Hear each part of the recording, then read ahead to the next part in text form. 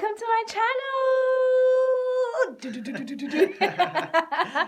So guys, I am so excited. I'm honestly over the moon because this is the first episode of My BRICS Experience, and we are going to be unpacking the good side of Russia, the bad side of Russia, and obviously our overall experience of My BRICS Experience. So guys, please don't go in. It's about to get lit. All right, it's about to get lit out here because we are going to be talking about interesting stuff. Yes. Besides our experiences and everything. So we are going to go according to our acronym, which is BRICS, where we have Brazil, Russia, India, China, and of course South Africa. So why you look at me like that? So anyway, as I said, this is the first episode, and we're going to according to our acronym. We have a Brazilian in the house, Yes. and his name is Evandro. Yes. Evan for short, Bernardi. Babes, can you please introduce yourself? Yes. So, hello everybody. Just like Bermuda said, my name is Evandro, but people just call me Evan. It's way shorter and way faster. I am from Brazil, beautiful Brazil, the most beautiful country within BRICS for sure, right, Bermuda? And, Yet. and I study international relations in Brazil and here in Russia. And yeah, I'll be talking a little bit more about my experience with BRICS, how things are going, the good and the bad. Yeah. So without wasting any more time, guys, let's get into it. Evandro. Let's go. So, obviously, besides seeing the opportunity and applying to come to Russia, why did you have the urge to actually just, besides the experience, of course, Yes.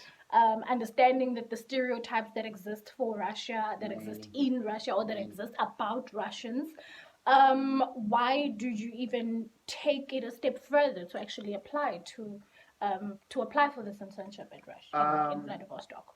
Well, it all began when I worked in the Ministry of Foreign Affairs of Brazil, back in my hometown, beautiful Brasilia. And I used to work in the division of BRICS division within the ministry. So I used to deal with South Africa, Russia, India, and this topic of BRICS became very interesting to me. And when I saw this opportunity to come to another country, to another BRICS country, and like be in touch with other BRICS people and experiences, I said, why not? Not apply for this experience, and here I am. And here you are. Yes. Thank God you actually came. Yes, Hello. I'm the highlight of this program. I know. Don't flatter yourself. Okay. Stop. So Evan, obviously you are here now, right? Yes. Did we land the evening? Yeah, the evening. In Vladivostok. Yes. Over 3 flights, right? Three Yes. connecting Very flights long to flights. Vladivostok. Long flights. And we arrived here about 6 in the evening. Yeah, Yeah. something like that, like between 6 6 in the and 7, evening. yes. So that very moment of arriving at the airport, right, and seeing the mentors with the BRICS placards, and what was going through your mind? Oh wow, a lot was going through my mind. Like I didn't know what to expect exactly. Like I had some ideas. We have like those stereotypes about Russia in Brazil, about Russians also, like as people. But like a lot was going through my mind. I was excited of being in here in Russia. I was also kind of worried, like I didn't know what to expect or how I would be received in here, how would be the classes, how would be the university, who would be my roommate. So a lot of a mix of excitement and worriness at the same time. But in general, I guess it was quite interesting. Yes. Quite interesting. Yeah, man, that's I think, for all of us, we were just in a place where you're like, oh my gosh. Yes. I'm here, and I literally just don't know what's gonna happen, because that moment you don't have a plan. Like, you're just basically waiting for someone to tell you, okay, we're going left, we're going right, we're going this way, going that way. Anyways, Evan, So you've told us about your thoughts when you arrived here and everything. Yes. The cold. Oh, cold. My God. Where to start with the cold? So yeah, I'm from Brazil. I guess most of us from South Africa also are not used with that cold, with snow and everything. Hell no. And I don't like cold at all. Uh-huh. I don't like snow. Like this is like, yo, not for me. And when I saw that like was very cold, was my first like, okay, I gotta survive this. I gotta go through this. And like going to university, walking in here, like was a struggle every day because of the wind. Here is very And the windy, snow and everything. and the snow and everything. So yeah, this was my first challenge here in Russia. But now it's better. It's sunny today. It's We spring! see flowers. And Yes. thank you. Now it's Okay, so besides the snow, right? I do understand that Russia is a country that, how can I put it, that was never colonized, right? Never. Mm-mm. So everything in Russia is 100% Russian. Everything in Russia is 100% authenticity of Russia, right? Yes. Including the language, okay? Yes. Which is a big barrier, because It is. for people who come from colonized countries, we do understand that English is a universal language, and that is the only way we communicate. That's the only language we communicate in. Yes. So when you came to Russia and you found that people here do not speak English at all, besides the people who are in professional positions, for example, who need English for our their lecturers life. and everything. So was that a barrier for you? How did you overcome that challenge? Because clearly it was a challenge for all of us. Yes, it was totally. Obviously being told that you need to learn the language, because there's no other way you're going to communicate with the people in Russia, besides if you're communicating in a professional position. In Russian, yes. So yeah, as for everybody, for me also Russian was like a big barrier. Just like you said, here on campus sometimes it's easier for us because most of people here speak English, or at least they try to communicate with us. Yeah. But when you go to the city, when you go to Vladivostok proper, then we have a problem because not everybody, I mean like the minority of people speak English or any second language that you might speak also. So this become a problem because everywhere you go and you need to communicate, you need any information, you don't know how to like express your ideas or your thoughts. And even Google Translate And is even not, Google- it's not very effective, Yeah, because you sometimes know Google tricks translating you. its own thing. Yes. And like going to the supermarket in the beginning was a barrier because I wouldn't know like, okay, what am I buying in here? Like, is it chicken, beef, pork? It's just like some random stuff. And even if it looks like chicken, you're like, is this really Yeah, chicken? is it really chicken? So yeah, it was kind of barrier in the beginning. Now I'm kind of like adapting myself to know at least try to communicate with them a little bit more. Even like, and my Russian's getting better also. Oh, really now? Really? Yeah. More or less. But yes, in the beginning was a total barrier. Like speaking with them was. It was hectic. Yes, was hectic. Oh, man. Overall experience. Yes. Okay, before we go to overall experience. Wow, we actually came to Russia in a time of is it a global pandemic, right? Corona. Which is, guys, really, Our like, corona why, you know? So when we came, you know, things weren't that hectic, right? So we were able to just explore like a few things around the city before the lockdown actually was initiated. So now my question to you, Evan, is what is the one thing, right? Because you are in a foreign country. So what is the one thing that coronavirus blocked you from experiencing? I guess what Corona is not letting me do so much as I hoped was like explore more the country. Because here on campus we have one image of of like what is Russia, what the Russians are.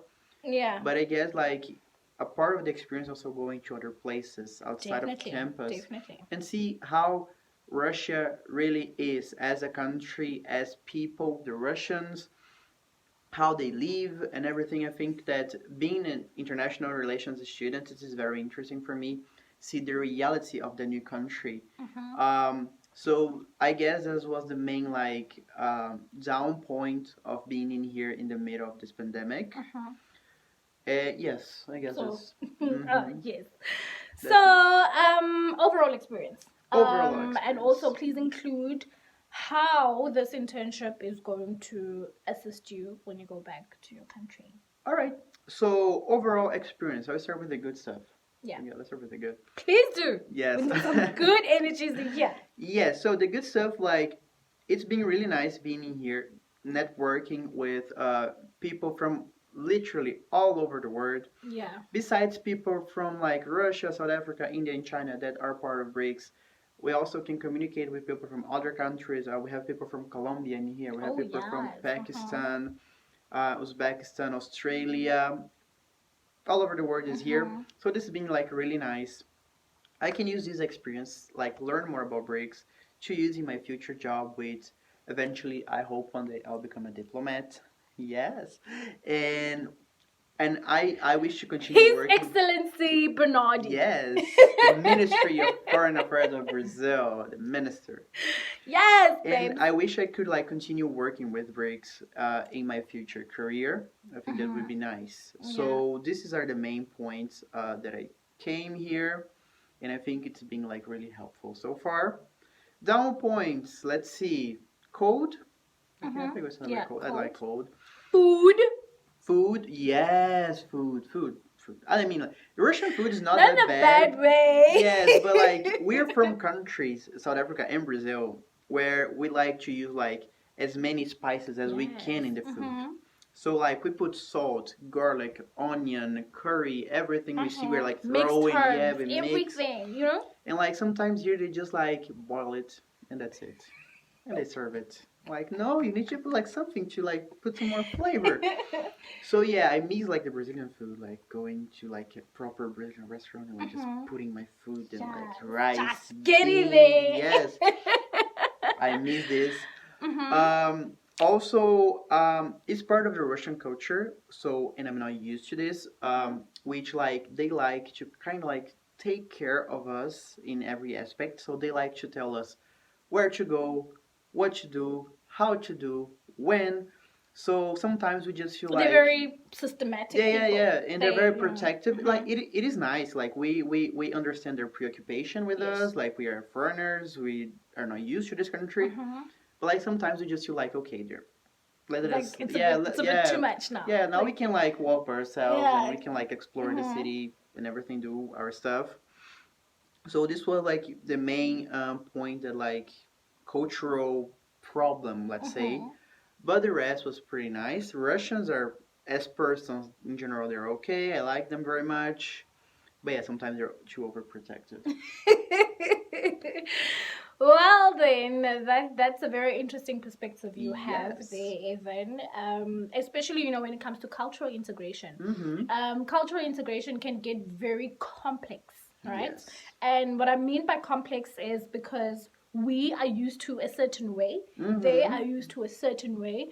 So now it becomes a thing of, and that is the inception of stereotypes, right? Yes. Because now it becomes an issue of them and us, or they and them. You get what I'm saying? Yes. So also this BRICS opportunity, or BRICS internship rather, has given us a lot of new perspectives, right?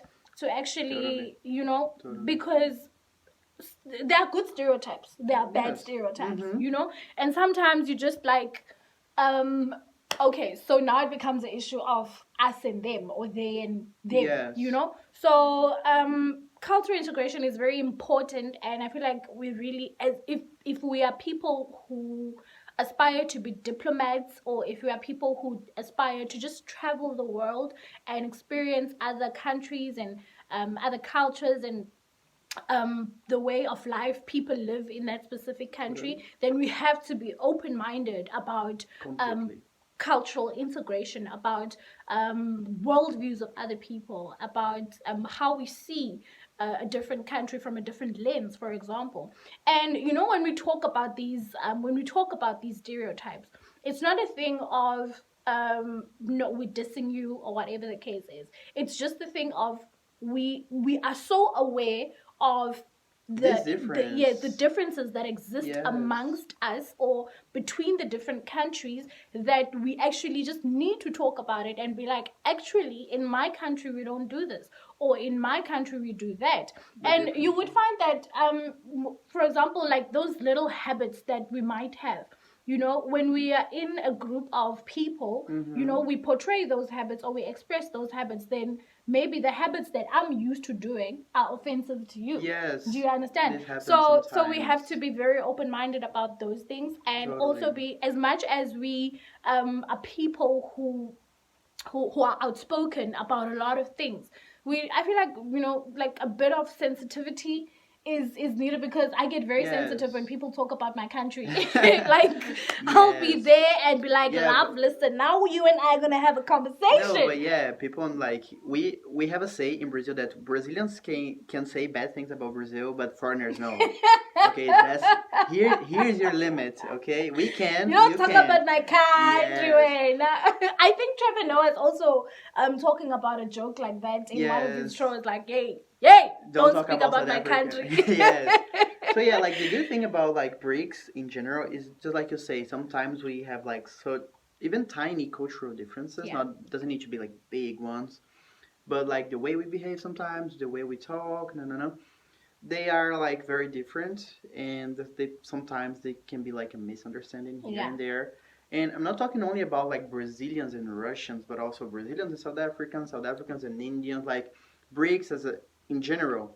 So the good thing is that like when we came to Russia, we are learning not only the Russian culture, which is like the host country, and the many stereotypes that Russians have, but also the stereotypes of South Africans, of Indians, and like we are learning many cultures, and this is really nice, this integration of cultures and dealing with this, and like learning how, like, sometimes that is something that's so natural to you, sometimes it's not natural for other people. And that's really nice to see like different perspectives over life in general, how people see life differently.